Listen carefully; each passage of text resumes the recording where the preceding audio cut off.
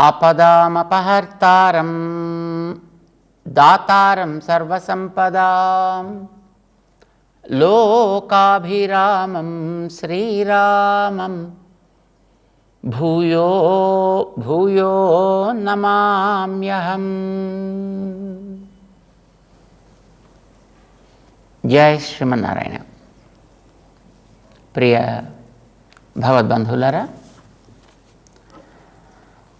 చేసే పనిని ఎలా చేయాలి? ఏ పని చేసినా నిష్కామముగా చేయవలే. పనికి కర్మ అని పేరు. పని చేసే విధానంలో చేస్తే దానిని నిష్కామ కర్మ అంటారు. దాన్ని అంటే చేసే పని యొక్క ఫలితాన్ని నాకే కావాలి అని కోరకుండా చేసే పని అని అర్థం. ఐస్ క్రీమ్ని పట్టుకొచ్చి ఒక మంచి గ్లాసులో ఒక చక్కటి స్పూన్తో పెట్టామనుకోండి, ఆహా ఐస్ క్రీమ్ తినదగినది కదా అని గ్లాస్ తినడం ప్రారంభించింది అనుకోండి. మనం కూర్చున్నాం తిందాం కదా అని అక్కడ, కానీ గ్లాసే తినడం ప్రారంభించింది అనుకోండి, అప్పుడు మనకేమవుతుంది? ఒళ్ళు మండుతుంది, లేదా పిచ్చి ఎక్కుతుంది, భయం వేస్తుంది, లేకపోతే అక్కడికి పారిపోతాం అక్కడేదో ఉందనుకుని. అంటే చేసేటటువంటి పనిని మనమే చేస్తున్నప్పటికీ కూడా వాస్తవాన్ని తెలిసి చేయుట అనేటటువంటిది బుద్ధిమంతుడి యొక్క కర్తవ్యము. అది ఎలా చేయాలి అనేది 8వ శ్లోకంలో చెప్తాడు, 5వ అధ్యాయంలో భగవద్గీతలో. నాయన, ముందర నువ్వు పని చేసేటప్పుడు తత్వవేత్త కావాలోయ్, అంటే ఎవరు చేస్తున్నారు ఏం చేస్తున్నారు తెలుసుకోవాలోయ్.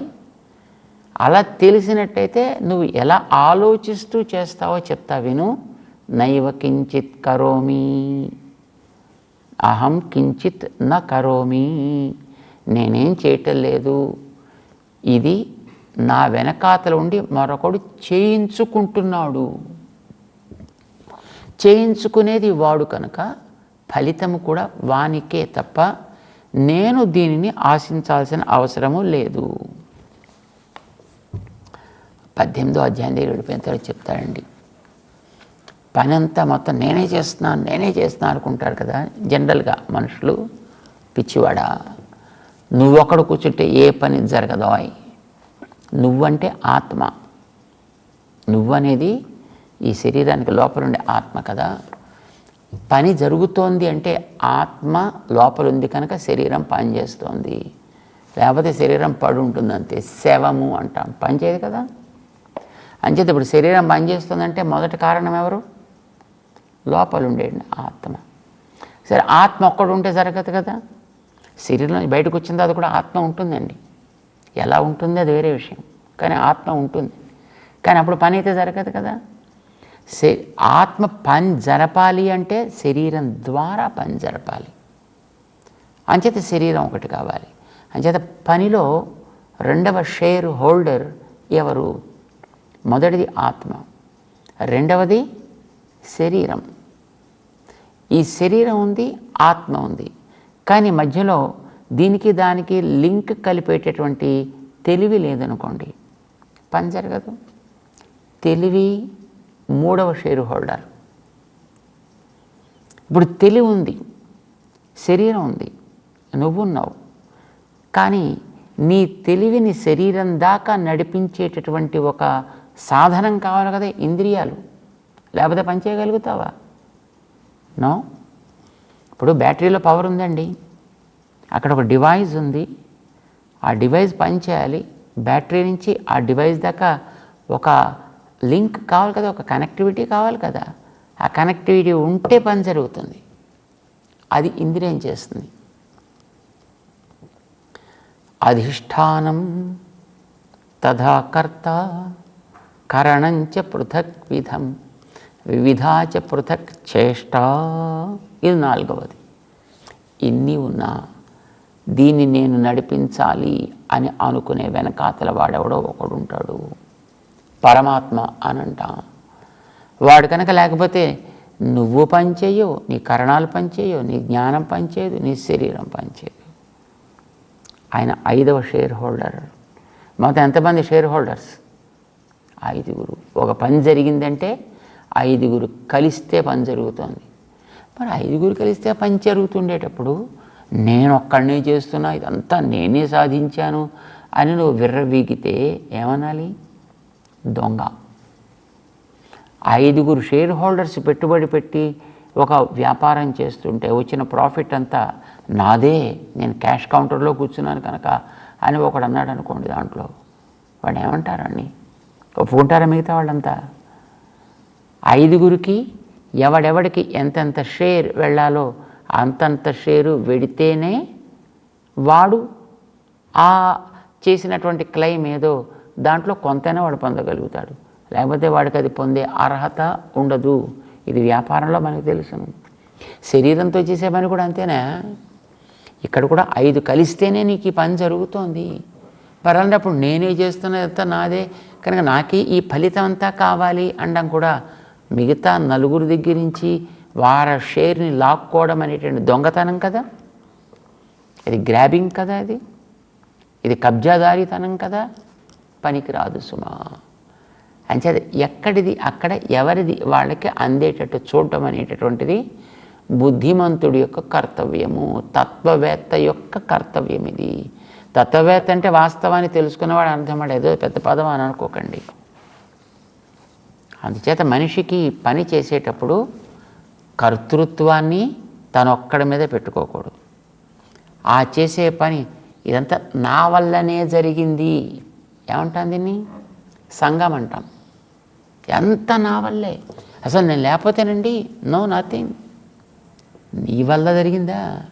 శరీరం నీకు సహకరించలేదా? ఇంద్రియాలు సహకరించలేదా? నీ తెలివి సహకరించలేదా? పరికరాలు సహకరించలేదా? పరమాత్మ సహకరించలేదా?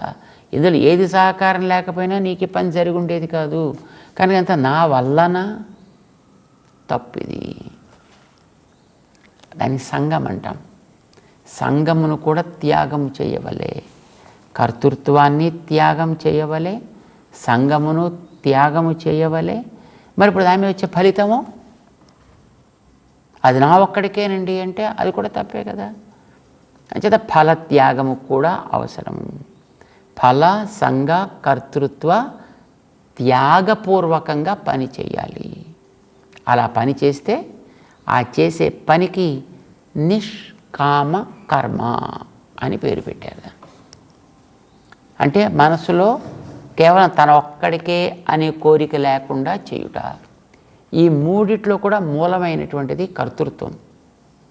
సరే, కర్తృత్వం త్యాగం చేస్తే సంఘత్యాగం వస్తుంది, ఫలత్యాగం కూడా వస్తుంది. అవి రెండు వదిలిపెట్టినా కర్తృత్వాన్ని వీడు వదలకపోతే వీడు చేసే పని వీడికి బంధకం అవుతుంది తప్ప వీడికి సుఖాన్ని కలిగించదు. అయితే కర్తృత్వ త్యాగం అనేటటువంటిది తల్లివేరు లాంటిది చెట్లో. దీన్ని మనం జాగ్రత్తగా డీల్ చేయడం నేర్చుకోవాలి. మిగతా వాటంతా సర్దుకుంటాయి. ఎక్కడ త్యాగం చేయాలి? త్యాగం అంటే వదలడం కదా. ఎక్కడ వదలాలి? దేని యందు వదలాలి? ఆ దేని యందు వదలాలో చెప్పేదే 5వ అధ్యాయం. దీని పేరు సన్యాస యోగము. కర్మ సన్యాసము అని పేరు పెట్టాడు దానికి. సత్ ఆత్మకి పేరు, పరమాత్మకి పేరు. కర్మని సత్ అనే పేరు కలిగిన దాని యందు త్యాగము వదులుట. కర్మ సన్యాస యోగము అన్నాడు. అంటే మొట్టమొదట నువ్వు ఆలోచించి చూడు, అంతా నీ వల్ల జరుగుతోందా? కాదు కదా. మరి దేనివల్ల జరుగుతోంది? శరీరం వల్ల కదా. దాని మీద ఫస్ట్ వదిలిపెట్టు. కొంత శరీరం మీద మనం వదిలిపెట్టాం. అయితే శరీరం దాన్ని గ్రహించగలిగేట్టుగా ఉందా? శరీరానికంటూ తెలివి ఉందా? శరీరానికంటూ వేరే ఇంకేమైనా యోగ్యతలు ఉన్నాయా? దానికి పోని జ్ఞానం ఉందా? ఏమీ లేదు. అది మనకు తెలుసును కదా. అయితే ఉన్నంతవరకు తెలియదు, దాంట్లో ఆత్మ ఉన్నంతవరకు. ఆత్మ పోయిన తర్వాత తెలుస్తుంది అందులోంచి. మనకైనా అంతే. మన ఇందులో ఉన్నంతవరకు మనకి తెలియదు. ఇందులోంచి మనం పోయిన తర్వాత నేను తెలుసుకోవడానికి అవకాశం లేదు. అంటే చెబితేనైనా విని అర్థం చేసుకోవాలి అని అంటారనమాట.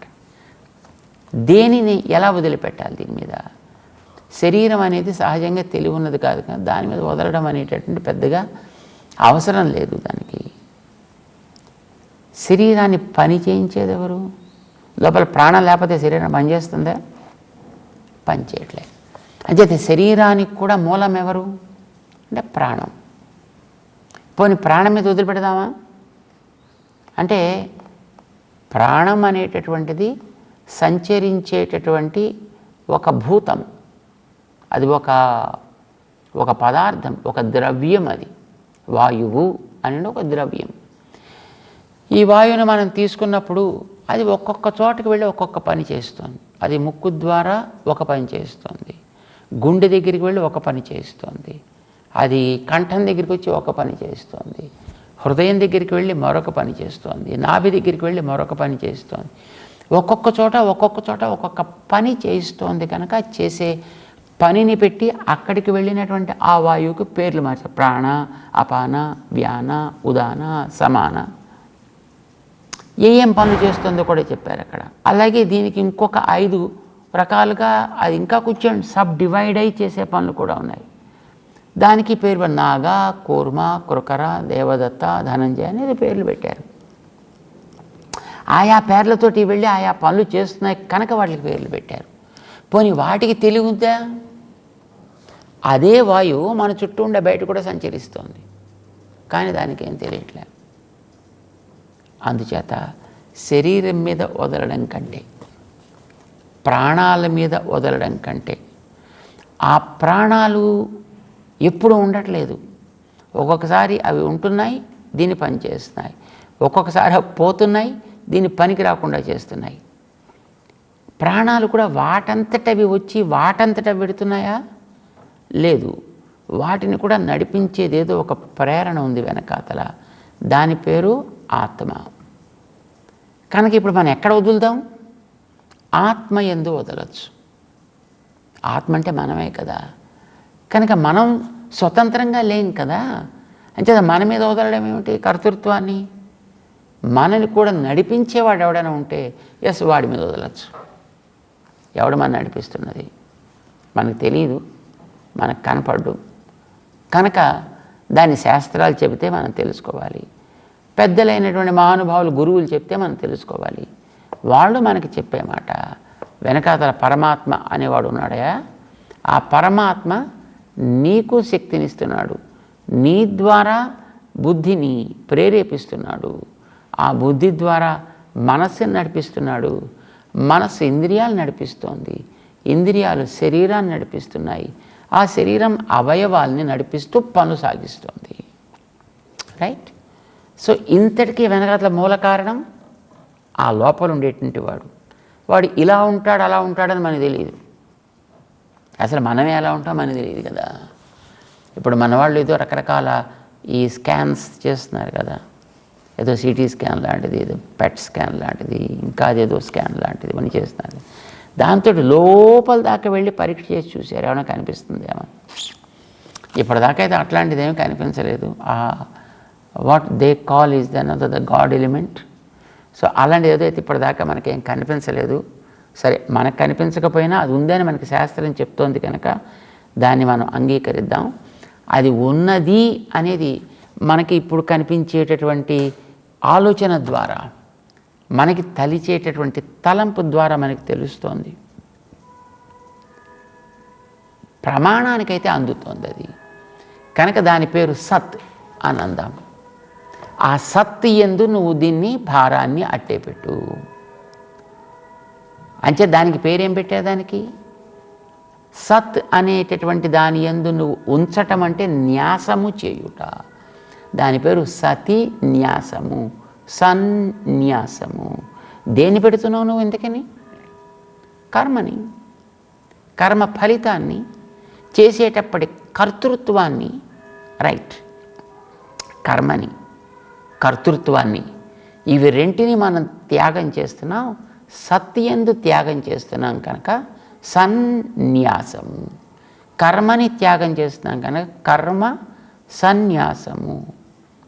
ఇది ఒక సాధనం బాగుపడటానికి, బంధంలో చిక్కుకోకుండా ఉండడానికి, ఉన్న బంధంలోంచి విడిపడడానికి ఇది ఒక సాధనం కనుక దాని పేరు యోగము. యోగం అంటే మంచి సాధనము, ఉపాయము అని అంటాం అన్నమాట. సో కర్మ సన్యాస యోగము అని దీనికి పేరు పెట్టారు. అప్పుడప్పుడు మనం మైకులు పెట్టుకు మాట్లాడుతూ ఉంటాం కదండి. వందల మంది, వేల మంది ఉండేటువంటి వ్యక్తుల దాకా మనం ఆడే మాట వెళుతూ ఉంటుంది. అయితే ఆ మాట అక్కడ దాకా వాళ్ళకి వినిపిస్తుందంటే కారణం ఎవరు? తెలియాలి కదా మనకి. కారణం మనమా? ఆ ముందు నుండే సెటప్ అంతా తీసేసి ఓ ఓ ఓ అని గొంతు చించుకున్నా పక్కవాడి దాకా కూడా పోదు, రైట్? మరి ఇప్పుడు వినేటట్టుగా చేసేది ఎవరు? వీడు ముందర పెట్టుకునేటువంటి మైక్రోఫోనా? కాదు. ఎందుకంటే ఆ మైక్రోఫోన్ వెనకాతలు ఉండేటువంటి కార్డుతోటి దాన్ని కనెక్ట్ చేస్తే అప్పుడు వీడికి పని జరుగుతుంది తప్ప లేకపోతే పని జరగట్లే. ఆ కార్డు తీసేసామంటే ఉపయోగం లేకుండా ఉంది. సో కార్డు దీనికి ప్రధానము అందాం. పోనీ కార్డు పెట్టేసి ఇప్పుడు వీడు మాట్లాడితే అది కనుక వెనకాతలు ఇంకో యాంప్లిఫైర్కి దేనికో కనెక్ట్ కాకపోతే మళ్ళీ అది ఉపయోగం లేదు. సో ఇప్పుడు ఎవడు పని చేసేది అందాం దీన్ని? మైక్రోఫోనా, ఆ వెనకాతలు పెట్టే కార్డా, లేదా కార్డు కనెక్ట్ చేసేటటువంటి యాంప్లిఫైరా? అంటే యాంప్లిఫైర్ అండి, కరెక్ట్. ఇప్పుడు ఆ యాంప్లిఫైర్కి ఉండే స్విచ్ని టక్మని ఆపి పెట్టాం, అక్కడ పని చేయదు. లేదండి ఏదైనా ఆపద్దండి ఆన్ చేయండి, ఆన్ చేసి పెట్టాం. కానీ ఆ వెనకాతలు పెట్టే ప్లగ్ ఎక్కడో చోట పెడతాడు దాన్ని, ఆ ప్లగ్ పెట్టడం మానేసాం. ఎవరిప్పుడు దాన్ని పని చేయించేది? నీ వాయిస్ని అంతగా మ్యాగ్నిఫై చేసేటటువంటి వాడు ఎవడు? ఆ పక్కన గోడకి పెట్టేటటువంటి ప్లగ్ కదండి. ఒకే ప్లగ్ పెట్టాం, కానీ లోపలికి వచ్చేటువంటి కనెక్షన్ ఉంటుంది కదా, పవర్ లైన్లోంచి వచ్చే గ్రిడ్లోంచి వచ్చేది, దాన్ని డిస్కనెక్ట్ చేసాం. పని చేస్తుందా? పని చేయ. మరి ఇప్పుడు దీనికి ఇచ్చేదేవుడు, దీనికి ఆ గ్రిడ్ ఇస్తుంది. అంటే ఇప్పుడు నీ వాయిస్ మ్యాగ్నిఫై కావడానికి కారణం ఎవడు? గ్రిడ్డా, పవరా, లోపలికి పెట్టే కనెక్షనా, అది తెచ్చే ప్లగ్ పిన్నా, దానికి నువ్వు పెట్టేటటువంటి హుక్కా, దానికి కనెక్ట్ అయిన కార్డా, ఆ కార్డు వచ్చి కనెక్ట్ అయ్యేటటువంటి మైక్రోఫోనా? What is the real cause? లేదు, నువ్వు మాట్లాడుతుంటే అక్కడ పెద్ద ఇంత డబ్బా పెడతాడు, అక్కడ లేదా ఇంత గొట్టం పెడతాడు, ఇక్కడ ఆ గొట్టంలోంచి బయటకు వస్తుందండి అదంతా. ఇప్పుడు ఆ గొట్టం ఉందామా? ఎవరు కారణం దీంట్లో? ఇది మనం ఆలోచించాల్సిందే అన్నమాట. ఎక్కడి నుంచి వస్తుంది ఇదంతా? ఎవడి వల్ల నడుస్తోంది ఈ శబ్దం అంతా? దీన్ని మనం జాగ్రత్తగా తెలుసుకోగలిగితే నా వల్లే వీళ్ళంతా కూడా వింటున్నారు, నా వల్లే వీళ్ళందరికీ పెద్దగా మంచి తెలుస్తోంది అని అనుకునే దురహంకారం తగ్గుతుంది. నేను చేస్తున్నా ఎంత నాకీ ఫలితం అనుకునే ఆ అహంకారం, అది కర్తృత్వం వల్ల రావచ్చు, సంగమ వల్ల కావచ్చు, ఫలకాంక్ష వల్ల రావచ్చు, ఇది తగ్గాలి. దాన్ని వాడి మీద అర్పించాలి. దాని పేరే సన్యాసము. నువ్వు చేసే పనులు కూడా అంతే.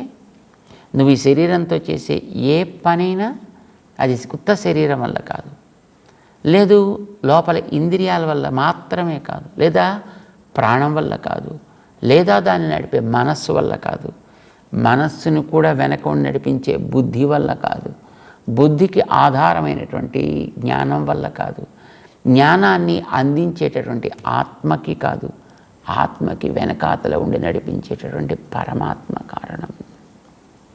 కనుక నువ్వు చేసే పనిని ఎక్కడ అర్పించాలి? నైవ కించిత్ కరోమీతి యుక్త.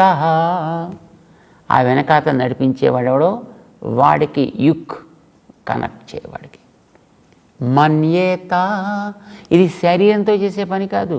నువ్వు ఇక్కడ కూర్చొని ఇలాగా స్వాహాకారం చేయాలి అంటే వాడే చేసుకోవాలి కాక అని నా మనసును వాడికి కనెక్ట్ చేసేసాను అని అనుకుంటే ఇక్కడ దీంట్లో ఆహుతి పడదు.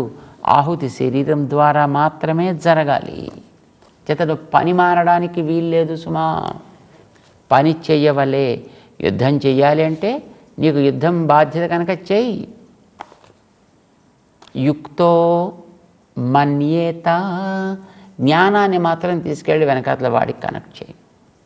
ఎందుకని? నువ్వు బుద్ధిమంతుడు కనుక, తత్వవేత్తవి కనుక. అయితే ఏం పనులండి అలా చేయగలిగినవి? దానికి ఒక లిస్ట్ ఇచ్చాడండి.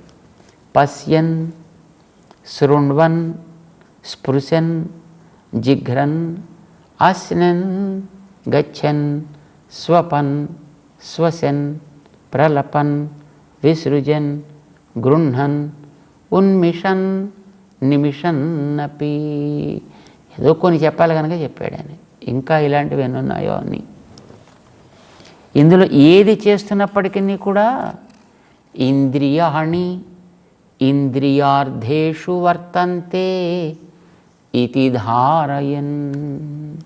ఇంద్రియములు ఆయా ఇంద్రియానికి తగినటువంటి వస్తువులు ఏ ఉన్నాయో నీ చుట్టూ ఉండేటటువంటి ప్రకృతిలో అవి ఇంద్రియ అర్థములు అంటారు.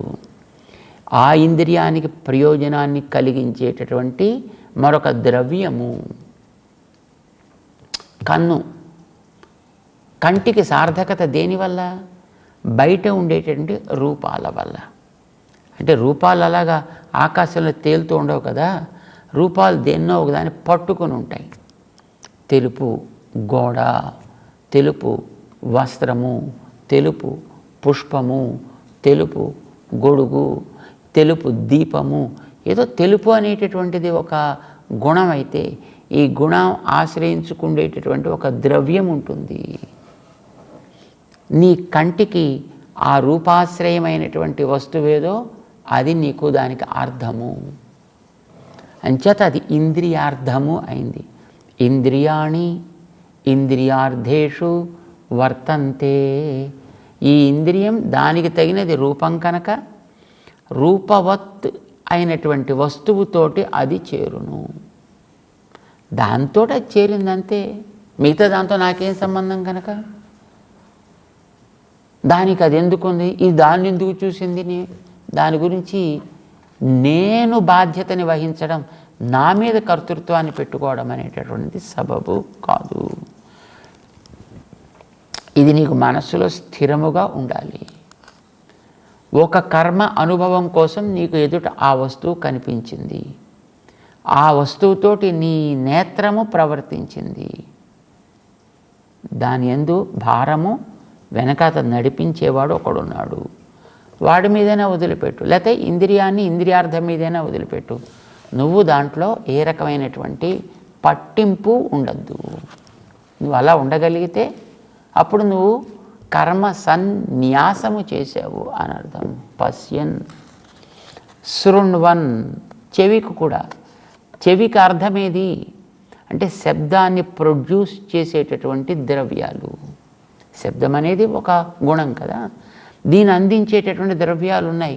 ఇలా పెడితే ఒక శబ్దం వచ్చింది, ఏదో తవ్వితే ఒక శబ్దం వచ్చింది, ఒకదాన్ని ఏదో కలిపితే శబ్దం వచ్చింది.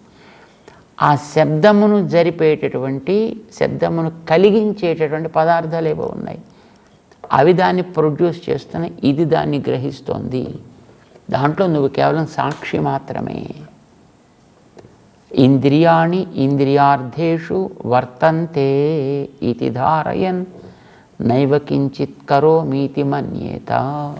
ఇలాగా ఆయా ఆయా ఇంద్రియాలు, ఆయా ఆయా శారీరకమైనటువంటి భాగాలు, ఆయా ఆయా ప్రాణ సంబంధమైనటువంటి కదలికలు, మానస సంబంధమైనటువంటి ప్రవృత్తులు, ఇన్నిటికే ఒక లిస్ట్ ఇచ్చేశాడు స్వామి శ్రీకృష్ణుడు 5వ అధ్యాయంలో 9వ శ్లోకం దాకా. తెలుసుకుంటూ ముందుకు సాగుతాం. జై శ్రీమన్నారాయణ.